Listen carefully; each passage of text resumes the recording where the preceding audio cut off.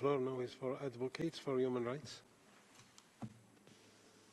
Mr. President, the European Saudi Organization for Human Rights and Advocates for Human Rights highlight that a close examination of the situation in Saudi Arabia reveals a stark contrast between the claims made by the official delegation participating in the UPR sessions and the reality on the ground.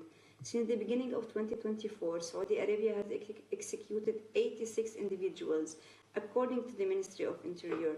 Among those executed, 3 were convicted to drug offenses, despite Saudi Arabia's previous promises to hold and reduce such executions. 17 of the executions were ordered by the Specialized Criminal Court.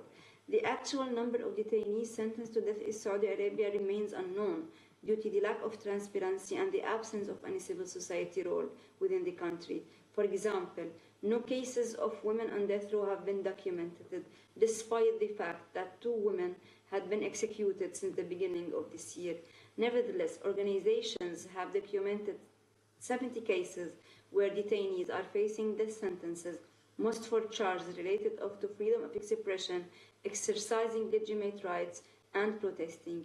This contradicts the official claims, which stated that the death penalty is reserved for the most serious crimes only.